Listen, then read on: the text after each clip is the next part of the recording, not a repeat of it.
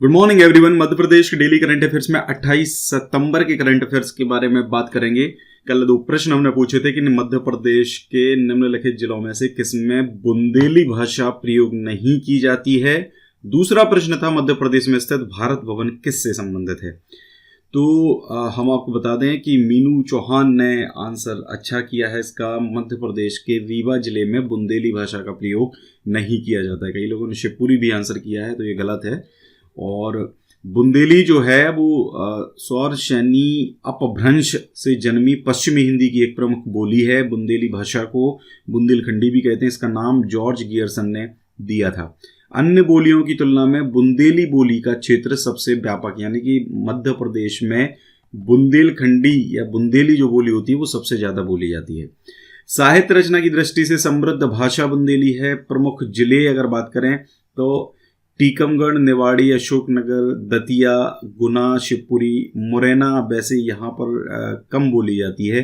सागर, छतरपुर, दमोह, पन्ना, विदिशा, रायसेन, होशंगाबाद, नरसिंहपुर, सिवनी, छिंदवाड़ा, बालाघाट, ये प्रमुख जो जिले हैं जहाँ पर बुंदेली यूज की जाती है।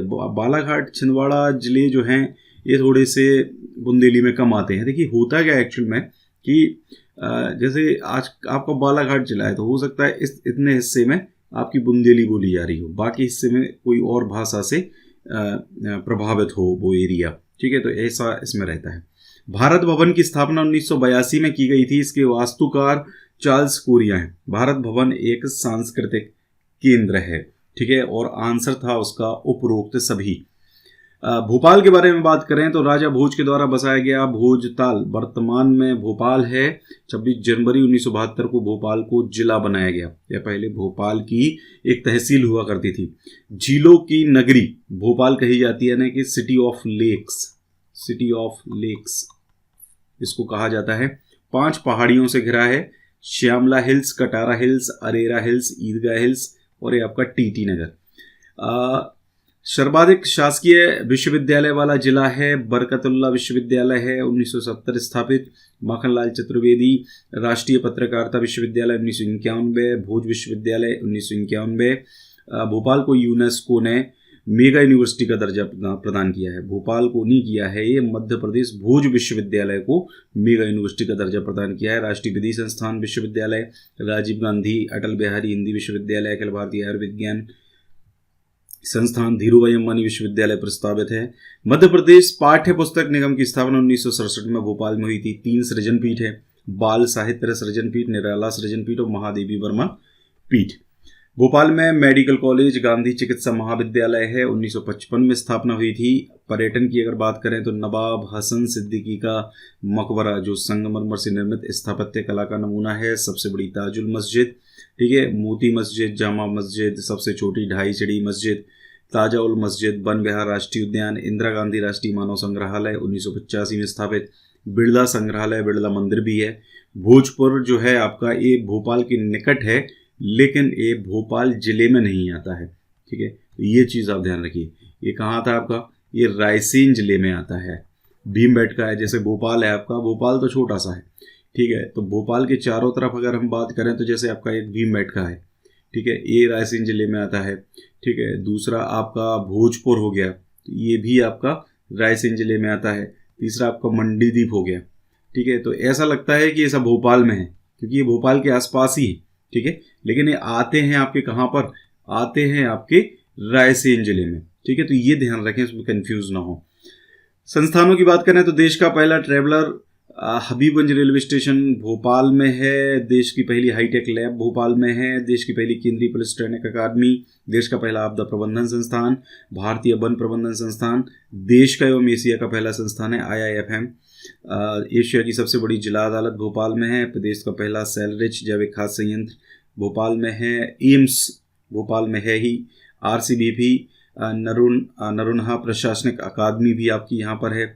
RGPV का पूरा नाम राजीव गांधी प्रौद्योगिकी विश्वविद्यालय है। BHEL उद्योग और रेलवे कोच फैक्ट्री स्थापित है।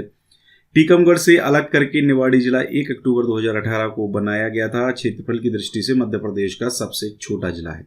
साथ साथ जनसंख्या की दृष्टि से भी अभी तक का सबसे छोटा जिला निवाड़ी ही है। आज के लिए आपके प्रश्न है, मध्य प्रदेश के भोपाल नगर में स्थित रविंद्र भवन क्या है? तो ये कमेंट करना है आपको। दूसरा, प्रसिद्ध ध्रुपद गायक कुमार गंधर्व किस स्थान से संबंधित थे? ये आपको कमेंट करके बताना है। साथ ही उनका जो जिला है उससे संबंधित सारे फैक्ट्स जो भी आपको पता हो वो सारे फैक्ट्स आप इस वीडियो में कमेंट करके बताएं। हमारा जुलाई तक का करंट आउटलुक आ चुका है, अगर आप लेना चाहें ले सकते हैं। अर्धवार्षिकांक भी अवेलेबल है। इसका अगला जो अर्धवार्षिकांक है वो आपको अगले साल ही मिलेगा, या पूरा वार्षिकांक इसका मिलेगा, ठीक है, बट वो अगले साल आपको मिलेगा। तो बाकी मैं आपको सजेस्ट करूंगा कि इसको आप मंथली पढ़ें तो ज़्यादा बेहतर रहेगा। इसके अलावा रामायण नोट्स, एनसीईआरटी का सार, विज्ञान का सार, ये सब अवेलेबल हैं, आप लेना चाहें ले सकते हैं। एक और चीज़ है, कई लोगों को ऐसा लगता है कि थोड़ा सा जो हमारी ई बुक्स हैं वो कॉस्टली हैं। देखिए, कॉस्ट उस चीज़ की आई होती है जिसके अंदर क्वालिटी होती है, ठीक है। ये हमारा प्रीमियम कंटेंट है। एक्चुअल में जो वीडियोस में मैं आपको दे रहा हूँ, अगर आप चाहते हैं कि भाई हम इतना महंगा नहीं ले सकते तो आप मत लीजिए, आप वीडियोस पढ़िए। बाकी जो हमारी ई बुक है वो कॉस्ट उसकी ज़्यादा होने का रीज़न यही है क्योंकि उसमें हम आपको प्रीमियम कंटेंट दे रहे हैं। हम कोई उसमें ऐसी डिटेल नहीं देते हैं जो डिटेल आपके एग्ज़ाम पॉइंट ऑफ व्यू से इम्पोर्टेंट नहीं हो। कई जगह ये ऐसी मैगजीन है, जनरली आपने देखा हो, करंट अफेयर जो है आपका वो पुराना हो जाता है, ठीक है। जनवरी का करंट अफेयर अगर मैं आपसे कहूँ, जनवरी 2020 का करंट अफेयर पढ़ो आप, ठीक है। इसकी जो मैगजीन आपने खरीदी थी वो काफ़ी पुरानी हो गई, आपने फेंक भी दी होगी अभी तक, ठीक है। आप उसको फिर से नहीं पढ़ोगे। लेकिन ये ऐसी मैगजीन है कि इसमें करंट अफेयर्स के अलावा काफ़ी स्टैटिक जीके दिया हुआ है। जैसे रानी दुर्गावती का अगर कहीं फैक्टर कोई आया हुआ है तो रानी दुर्गावती के बारे में सब कुछ बताया गया है, ताकि आजकल जो एग्ज़ाम्स का पैटर्न है वो टोटल अलग हो गया है, ठीक है। उस हिसाब से उसको बनाया गया है कि उसमें इतना स्टैटिक जीके मैं आपको दे देता हूँ जो स्टैटिक जीके आप किताबों में नहीं ढूंढ पाते हैं, क्योंकि वो किताबों में एक्चुअल में होता ही नहीं है, ठीक है। तो ये सारी चीज़ें हैं। इसके अलावा कोई भी करंट अफेयर ऐसा नहीं है जो पीआईबी का करंट अफेयर इंक्लूड करता हो। बिजनेस टुडे जो वेबसाइट है, यहाँ से बहुत सारा कंटेंट मिलता है। नीति आयोग की अगर कोई रिपोर्ट आती है तो मध्य प्रदेश में उसकी न्यूज़ नहीं आती है, ठीक है। लेकिन इसमें आपको सारी डिटेल जो है मिलेगी, सारी योजनाओं की डिटेल आपको इसके अंदर मिलती है। ये मतलब इस सारी चीज़ें इस तरीके से उसको मैगजीन को बनाया गया है और साथ में उसमें इम्प्रूवमेंट हो रहा है, ठीक है। आपने से जिन लोगों ने ली हुई है, आप कमेंट करके ज़रूर उसमें कोई सजेशन अगर आप चाहते हैं तो आप सजेशन भी उसमें दीजिए ताकि उसको और इम्प्रूव किया जा सके। मार्केट में भी लेके आऊँगा मैं, बट थोड़ा सा टाइम लगेगा, ठीक है। और कंटेंट में दम है, 1 महीने की सिर्फ लेके देखो, आपको अपने आप समझ में आ जाएगा कि कंटेंट क्या है। एक बार तो आपको लेना ही पड़ेगी, तब तक आपको पता नहीं चलेगा। चलिए खैर स्टार्ट करते हैं। पहला प्रश्न है, हाल ही में कहाँ इंटरनेशनल कन्वेंशन सेंटर का लोकार्पण किया गया है? देखिए, इंटरनेशनल कन्वेंशन सेंटर का जो लोकार्पण है ग्वालियर में करा गया है अभी हाल ही में। और ये जो इंटरनेशनल कन्वेंशन सेंटर है 25 सितंबर 2020 को ग्वालियर का जो जीवाजी विश्वविद्यालय है वहाँ पर इसका लोकार्पण किया गया है। और जो कुलाधिपति इस यूनिवर्सिटी की हैं आनंदीबेन पटेल, कोई भी राज्य की यूनिवर्सिटी हो उसकी जो कुलाधिपति हुए वो राज्यपाल ही होते हैं, ठीक है। तो ग्वालियर का जो जीवाजी विश्वविद्यालय, यहाँ पर इंटरनेशनल कन्वेंशन सेंटर का लोकार्पण किया गया है। सबसे बड़ी चीज़ है, इसका जो नामकरण है वो ग्वालियर में जन्मे अटल बिहारी वाजपेयी के नाम पर किया गया है। किसके नाम पर? अटल बिहारी वाजपेयी के नाम पर किया गया है। कन्वेंशन सेंटर से ग्वालियर चंबल क्षेत्र के युवाओं को विश्व स्तरीय सुविधा तथा नए अवसर मिलेंगे। थोड़ी सी बात कर लेते हैं हम जीवाजी यूनिवर्सिटी के बारे में। जीवाजी विश्वविद्यालय ग्वालियर में स्थित है। जीवाजी विश्वविद्यालय की जो स्थापना है वो 1964 में हुई थी। बात करें यहाँ की कुलपति की तो प्रोफेसर संगीता शुक्ला यहाँ की कुलपति हैं। देखिए, लास्ट टाइम जो ग्रुप 4 का एग्जाम हुआ था, जहाँ तक मुझे याद है ग्रुप 4 ही है, इसमें कुलपति के बारे में भी पूछा गया था, इसलिए कुलपति करंट अफेयर है, ठीक है। ये चीज़ ध्यान रखिए। एमपीपीएस वैसे कुलपति कहीं नहीं पूछते हैं, लेकिन एमपी के एग्जाम्स में पूछे जा सकते हैं। थोड़ी सी बात कर लेते हैं अटल बिहारी वाजपेयी जी के बारे में। इनसे काफ़ी प्रश्न एग्जाम में पूछे जाते हैं। ग्वालियर में जन्मे अटल बिहारी वाजपेयी भारत के 3 बार प्रधानमंत्री रहे, ठीक है। ध्यान रखिए कितनी बार? 3 बार प्रधानमंत्री रहे। वे एक हिंदी के कवि, पत्रकार और एक प्रखर वक्ता थे। अगर पत्रकारिता की बात करें तो उन्होंने लंबे समय तक राष्ट्रधर्म, पांचजन्य और वीर अर्जुन जैसे राष्ट्रीय भावना से ओतप्रोत अनेक पत्र पत्रिकाओं का संपादन किया हुआ है। ठीक है, इसलिए इनको पत्रकार कहा जाता है। ठीक है, दूसरी चीज है, प्रधानमंत्री पद के 5 साल पूरे करने वाले प्रथम गैर कांग्रेसी थे। मतलब पहले गैर कांग्रेसी थे जिन्होंने अपना कार्यकाल पूरा किया था। हालांकि 2 बार कार्यकाल पूरा नहीं कर पाए थे, तीसरी बार इन्होंने अपना कार्यकाल पूरा किया था। ठीक है, जो जनसंघ है उसके संस्थापक सदस्यों में से एक थे। ठीक है, मतलब जो जनसंघ की जो स्थापना हुई थी, जो आज लगभग आपका बीजेपी बन गया है। ठीक है, तो वो उसकी स्थापना जो मतलब करी गई थी वो इन्हीं के द्वारा करी गई थी। 2015 में इनको भारत रत्न से सम्मानित किया जा चुका है। मोरारजी देसाई की सरकार में विदेश मंत्री रहे हैं। ठीक है, ध्यान रखिए, विदेश मंत्री ये रहे हैं। अटल सरकार ने पोखरण में 5 भूमिगत परमाणु परीक्षण विस्फोट करके भारत को परमाणु शक्ति संपन्न देश घोषित किया था। ध्यान रखिए, ये पोखरण जो मूवी आई थी वो इसी पे एक्चुअल में बनी हुई है। इन्हीं के काल में स्वर्णिम चतुर्भुज परियोजना, जिसको गोल्डन क्वाड्रिलेटरल योजना या स्कीम के नाम से जाना जाता है, इसकी शुरुआत हुई थी, जिसके तहत भारत के चारों कोनों को इस तरीके से जोड़ा जाना है। कावेरी जल विवाद को इन्हीं के कार्यकाल में सुलझाया गया था। मेरी 51 कविताएं अटल जी का प्रसिद्ध काव्य संग्रह है, वेरी वेरी मोस्ट इंपॉर्टेंट, और पीबी में ऐसे प्रश्न पूछा जा चुका है। अन्य रचनाओं की अगर बात करें तो कैदी कबीराय की कुंडलियां, बिंदु बिंदु विचार, संसद में 3 दशक, अमर बलिदान, रग रग हिंदू मेरा परिचय, मृत्यु या हत्या, राजनीति की रपटीली राहें, ये इनकी कुछ अन्य रचनाएं हैं। अगला प्रश्न है, मुख्यमंत्री शिवराज सिंह चौहान ने गरीब कल्याण पखवाड़े के अंतर्गत फसल बीमा दावा राशि का वितरण किया, इससे संबंधित असत्य कथन को चुनिए। तो पहला है, यह वितरण 26 सितंबर को किया गया, ये बिल्कुल सही है। यह राशि 1,71,223 उद्यानिकी किसानों को वितरित की गई, तो ये भी बिल्कुल सही है। यह राशि खरीफ 2019 और रबी 2019-20 की है, ये बात भी बिल्कुल सही है, यानी कि उपरोक्त सभी कथन इसके सत्य हैं। तो गरीब कल्याण पखवाड़े के अंतर्गत 26 सितंबर को, ठीक है, 26 सितंबर को प्रदेश के 1,71,223 उद्यानिकी किसानों को 100 करोड़ 61 लाख रुपए की फसल बीमा दावा राशि का वितरण मुख्यमंत्री शिवराज सिंह चौहान ने किया है। खरीफ 2019 रबी 2019-20 की ये पूरी राशि है, जिसका अंतरण ऑनलाइन प्रक्रिया के माध्यम से सिंगल क्लिक के द्वारा किया गया। लाभान्वित होने वाले किसानों में खरीफ 2019 के 68,259 किसान हैं, जिन्हें 36 करोड़ 10 लाख रुपए की बीमा दावा राशि प्राप्त हुई है। रबी 2019-20 के 1,02,964 किसान हैं, जिन्हें 64 करोड़ 51 लाख रुपए की बीमा दावा राशि प्राप्त हुई है। तो ये गरीब कल्याण पखवाड़े जो है, इससे संबंधित अच्छा खासा कंटेंट आपको एग्जाम में मिल सकता है। अगला प्रश्न है, हाल ही में मुख्यमंत्री ने किस जिले के जैसी नगर को नगर पंचायत का दर्जा देने की घोषणा की है? तो देखिए, मुख्यमंत्री ने जो जैसी नगर है, ये मध्य प्रदेश के सागर जिले में स्थित है, जिसको नगर पंचायत बनाने की घोषणा मुख्यमंत्री ने करी है 25 सितंबर 2020 को।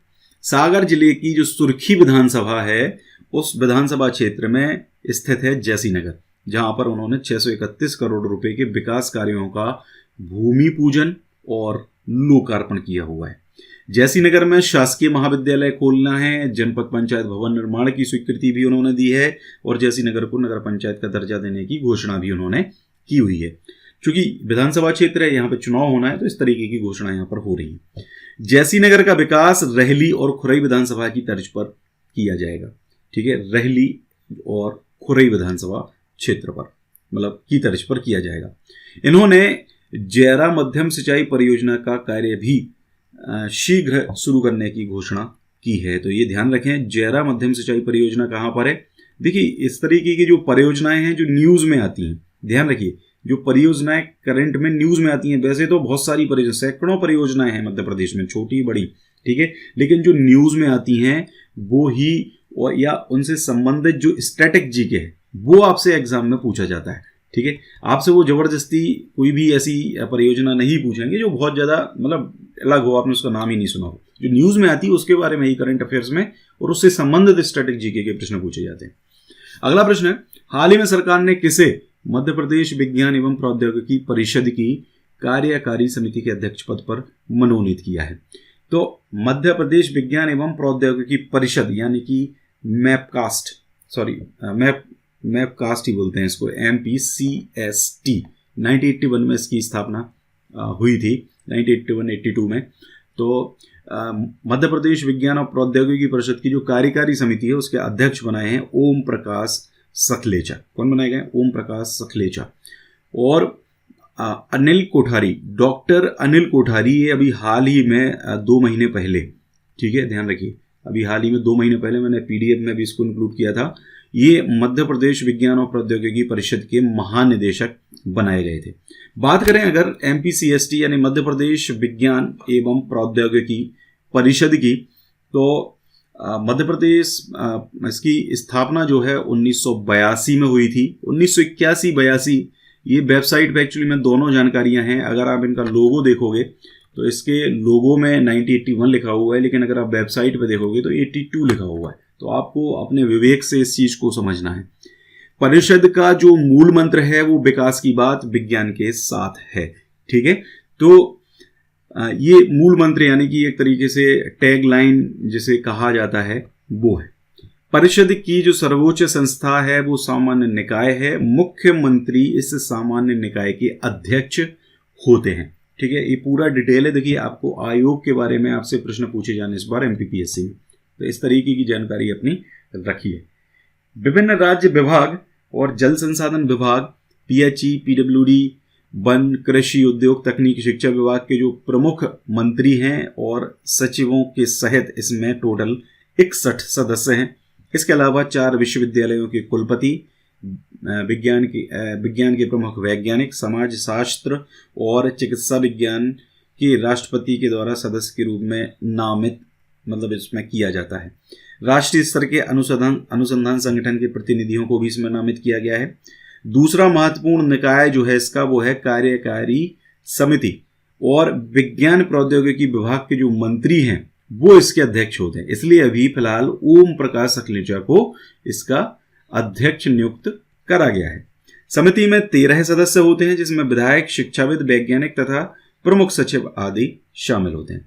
वर्ष 2018 की बात करें, करंट अफेयर बन जाएगा आपका, मध्य प्रदेश जैव प्रौद्योगिकी परिषद का विलय करके मध्य प्रदेश विज्ञान और प्रौद्योगिकी परिषद मैपकास्ट में किया गया है, ठीक है। मतलब जैव प्रौद्योगिकी परिषद का विलय करके मैपकास्ट में इसको शामिल कर दिया है। अगला प्रश्न है, हाल ही में मुख्यमंत्री शिवराज सिंह चौहान ने किस जिले में नर्मदा माइक्रो उद्वहन सिंचाई परियोजना का भूमि पूजन किया है? देखिए ये जो भूमि पूजन किया गया है मध्य प्रदेश के धार जिले में करा गया है, बदनावर क्षेत्र के कोटेश्वर में, ठीक है। कब करा गया है? 26 सितंबर 2020 को। 1587 करोड़ रुपए की परियोजना है नर्मदा माइक्रो उद्वहन सिंचाई परियोजना। उद्वहन मतलब होता है कि जो पानी है वो नीचे से ऊपर ले जाया जा रहा है, ठीक है, इसलिए इसको उद्वहन सिंचाई परियोजना कह रहे हैं। इसके साथ साथ 313.28 करोड़ रुपए के अन्य विकास कार्यों का लोकार्पण और भूमि पूजन भी मुख्यमंत्री शिवराज सिंह चौहान ने किया हुआ है, ठीक है। तो गाइस ये पूरा था हमारा आज का करंट अफेयर का वीडियो। आपको कैसा लगा कमेंट करके जरूर बताइए। वीडियो को ज़्यादा से ज़्यादा लाइक करिए, वीडियो को ज़्यादा से ज़्यादा शेयर करिए। Thank you very much.